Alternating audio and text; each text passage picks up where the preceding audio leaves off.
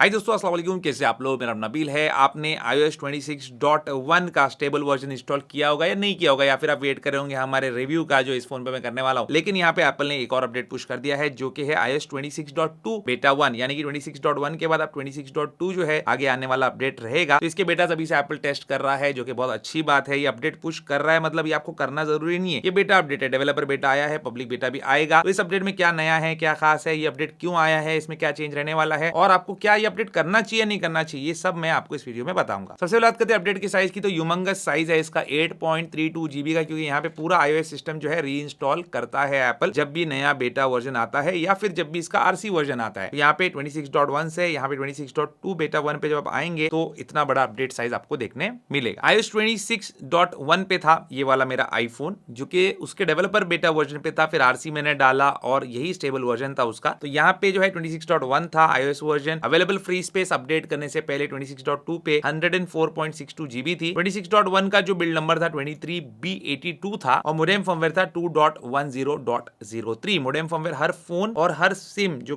Career होता है अपना, उसके हिसाब से भी चेंज होता है। अपडेट करने के बाद यहाँ पे 26.2 आ गया है। अवेलेबल फ्री स्पेस थोड़ी सी घट गई है 1 जीबी के आसपास, लेकिन बाद में बढ़ भी जाती है, उतनी हो जाती है। बैकग्राउंड में कुछ चीजें होती रहती है जिसकी वजह से ऐसा होता है। अभी एक बार चेक कर लेता हूँ चेंज आया कि नहीं आया, क्योंकि वो स्क्रीनशॉट था। तो यहाँ पे सेटिंग जनरल अबाउट में चलते तो यहाँ पे देख सकते उतना ही है, लेकिन थोड़ी देर के बाद में भी वो बढ़ सकता है। और उसके बाद यहाँ पे है बिल्ड नंबर 23C5027F यानी कि अभी एकदम अर्ली बेटा है। उसके बाद धीरे धीरे वो एक की तरफ जाएगा, बाद में एंड में से लेटर हट जाएगा और आरसी वर्जन आ जाएगा। मोडेम फर्मवेयर देख सकते हैं यहाँ पे 2.20.02 है, जो कि एक नया मोडेम फर्मवेयर है। तो यहाँ पे नेटवर्क रिलेटेड कुछ चेंजेस भी एप्पल ने इस वाले अपडेट में किया है। iOS 26.1 के अंदर मैंने आपको एक चीज बताई थी कि इसके अंदर अगर आप जाते हो सेटिंग में और यहाँ पे आप डिस्प्ले ब्राइटनेस पे जाते हो तो आप लिक्विड ग्लास को सेट कर सकते हैं क्लियर और टिंटेड के बीच में। लेकिन 26.2 के अंदर आपको एक और चेंज देखने मिलेगा। अगर यहाँ पे हम लॉक स्क्रीन ओपन कर लेते हैं और इसके अंदर हम जाते हैं कस्टमाइज में और यहाँ पे हम टैप करते हैं इसके ऊपर जो हमारी क्लॉक है, तो यहाँ पे आप देखेंगे तो आपको ग्लास का जो लिक्विड ग्लास इफेक्ट है वो भी एडजस्ट करने का ऑप्शन देखने मिल रहा है। इसको थोड़ा सा मैं यहाँ पे बड़ा कर देता हूँ ताकि और अच्छे से आप देखें। और यहाँ पे इस पे टैप करूंगा तो आप यहाँ पे लिक्विड ग्लास का जो इफेक्ट है ये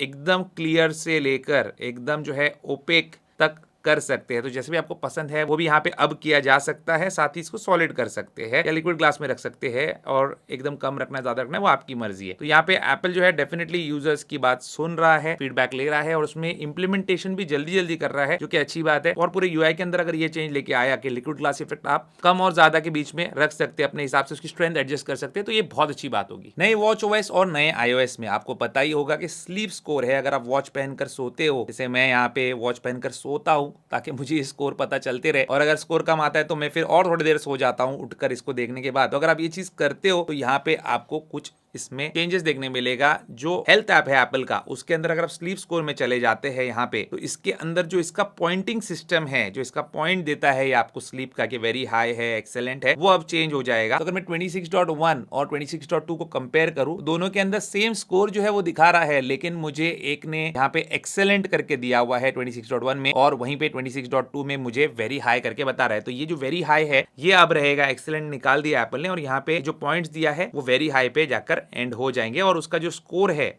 जो पॉइंट का सिस्टम है, वो भी हल्का सा चेंज हुआ है। उसके साथ डिटेल में नहीं जाता हूं, लेकिन यहाँ पे ये चेंजेस आए हैं इसके अंदर। एप्पल पॉडकास्ट जब आप ओपन करेंगे तो आपको यहाँ पे नया स्प्लैश स्क्रीन देखने मिलेगा। इस स्प्लैश स्क्रीन के बाद कंटिन्यू करते हैं तो यहाँ पे आपको ये जो पॉडकास्ट एप्लीकेशन है इसमें कुछ चेंजेस देखने मिलेंगे। वो चेंजेस क्या है? सबसे पहली बात, आपको यहाँ पे चैप्टर्स देखने मिलेंगे, जिसके अंदर जो भी पॉडकास्ट आप सुनते हो उसको प्रॉपर्ली चैप्टर्स में वो डिवाइड करके आपको मिलेगा। साथ ही आपको पॉडकास्ट मेंशन मिलेगा एपिसोड्स के अंदर, और साथ ही अगर आप कोई भी पॉडकास्ट ओपन करते हैं, जैसे यहाँ पे ये ओपन कर देते हैं, हम इसको प्ले कर दिया मैंने, एक्चुअली प्ले करने की जरूरत भी नहीं है, बट इसके अंदर जो डिस्क्रिप्शन में कोई अगर लिंक्स है तो वो लिंक्स क्लिकेबल रहेंगे। जैसे यहाँ पे इसका जो वेबसाइट है theprint.in, ये ओपन हो गया। ऐसे कोई भी आप जो पॉडकास्ट ओपन करते हैं उसमें जो लिंक्स होंगे अब डिस्क्रिप्शन में, अबाउट सेक्शन में, वो क्लिकेबल रहेंगे, आप वहां से ओपन कर सकते हो उनको। एप्पल ट्रांसलेट ऐप और एयरपॉड्स की मदद से जो आप लाइव ट्रांसलेशन कर सकते हैं, ये लाइव ट्रांसलेशन के अंदर कुछ लैंग्वेजेस तो ऐड हुए हैं, डेफिनेटली एप्पल इंटेलिजेंस में भी हुए हैं, लेकिन 26.2 जब रिलीज होगा 1 महीने के बाद, उस टाइम पे यूरोपियन यूनियन में भी ये चीज जो है वर्क करेगी। अभी फिलहाल वहां पे वर्क नहीं करे। तो अगर आप EU से बिलोंग करते हो तो आपको ये चीज अगले महीने मिलेगी। और रिमाइंडर्स को ओपन करने के बाद यहाँ पे मुझे एक नया स्प्लैश स्क्रीन देखने मिला, जहाँ पे auto categorize, suggested reminders, quick reminders और काफी कुछ जो है यहाँ पे लिखा है। अब यहाँ पे एक नया रिमाइंडर मैं सेट करता हूँ और यहाँ पे जब मैं जाता हूँ टाइम में और फिर टाइम में नीचे चला जाता हूँ कोई भी टाइम सेट करके, तो यहाँ पे एक ऑप्शन नजर आ रहा है जो कि है अर्जेंट का। अब अर्जेंट में क्या है, आप अलार्म शेड्यूल कर सकते हैं। जब भी रिमाइंडर आपका टाइम हो जाएगा उसको वहां पे आपको नोटिफाई करना होगा, तो एक अलार्म के जरिए से वो आपको नोटिफाई करेगा, जो कि मेरे हिसाब से काफी एसेंशियल चीज थी और ये पहले ही एप्पल ने देना चाहिए था, लेकिन देर है दुरुस्त है, अभी ये चीज आ गई है। तो यहाँ पे ये अर्जेंट का ऑप्शन जो है ये एनेबल कर लेना अगर आपको एक अलार्म चाहिए जब आपका रिमाइंडर का टाइम हो जाता है। ओवरऑल यूआई के अंदर बग्स की अगर बात करें तो डेफिनेटली आपको बग्स देखने मिलेंगे, जितना आप यूज करेंगे उतना। लेकिन मुझे यहाँ पे ऐप लाइब्रेरी में एक बग देखने मिला, जहां पे इस पे मैं टैप करूं तो एक डिले के बाद जो है ऐप लाइब्रेरी यहाँ पे ओपन होती है, जो कि दूसरे iOS वर्जन्स में जनरली आपको देखने नहीं मिलेगा। अभी यहाँ पे 26.1 है, उसमें चेक कर लेते हैं। हालांकि यहाँ पे हायर रिफ्रेश वाला फोन है, लेकिन इतना डिफरेंस जो है नहीं आना चाहिए। तो यहाँ पे ऐप लाइब्रेरी में जाते हैं, देखते हैं कितना जल्दी पॉपअप होता है। तो देखिए इमीडिएट ये पॉपअप हो जाता है। तो ये एक बग जो है 26.2 बेटा 1 में है। अब ये रहा फीडबैक ऐप, जिसके अंदर हमारा पूरा रिलीज नोट्स जो है हमको देखने मिलते हैं। तो यहाँ पे रिजॉल्व इश्यूज काफी सारे हैं, लेकिन नोन इश्यूज अभी भी है, जो कि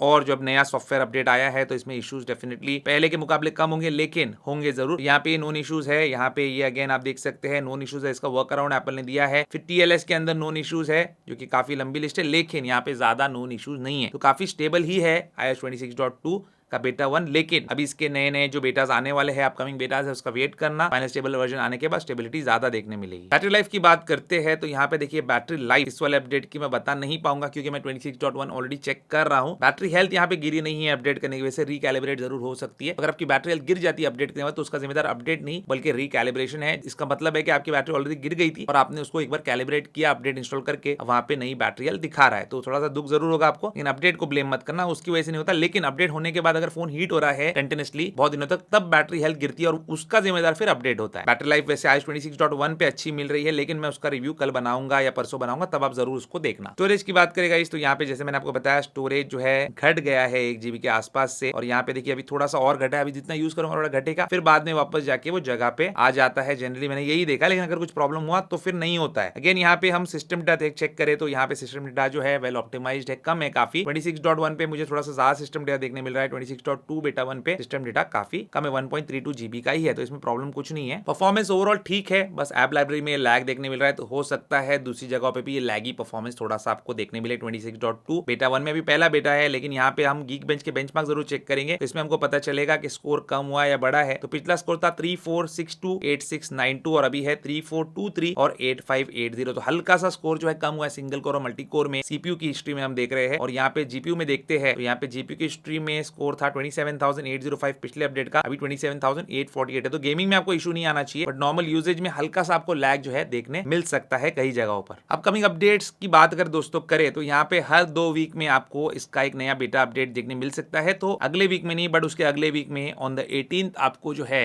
नवंबर के देखने मिल सकता है इसी का बेटा 2, और इसका जो फाइनल स्टेबल वर्जन है वो दिसंबर 1st या 2nd वीक में मिलेगा देखने के लिए, क्योंकि उसके बाद दिसंबर के जो लास्ट वीक होता है या सेकंड लास्ट वीक होता है, वहां से एप्पल अपडेट देना बंद करता है और वो लोग छुट्टी मनाते क्रिसमस की। iOS 26.2 बेटा 1 क्या इस पे आपको अपडेट करना चाहिए? अगर आप 26.1 पे ऑलरेडी हो तो इस पे अपडेट मत करो। अगर आप पुराने किसी वर्जन पे हो और अपडेट का वेट करो तो 26.1 के रिव्यू का वेट करो, उसके बाद ही आप जो है डिसीजन लेना कि वो अच्छा है या फिर ये अच्छा है। बाकी इस पे अभी अपडेट करने की जरूरत नहीं है, बेटा अपडेट्स है, उसमें जो नए फीचर्स आने वाले हैं उसके लिए ये वीडियो जरूर आप देखते रहिए, ताकि आपको पता चलते रहे कि इनमें क्या आपको नया देखने मिलने वाला है और क्या चेंज आने वाला है, और आपके जो भी प्रॉब्लम्स है करेंटली वो आगे वाले अपडेट में सॉल्व होने वाले हैं या नहीं होने वाले हैं। एक दिखानी दोस्तों iOS 26.2 बेटा 1 की। उम्मीद करता हूं आपको आज का वीडियो पसंद आएगा। पसंद लाइक जरूर कीजिए, मेरे चैनल को सब्सक्राइब कीजिए। Good bye.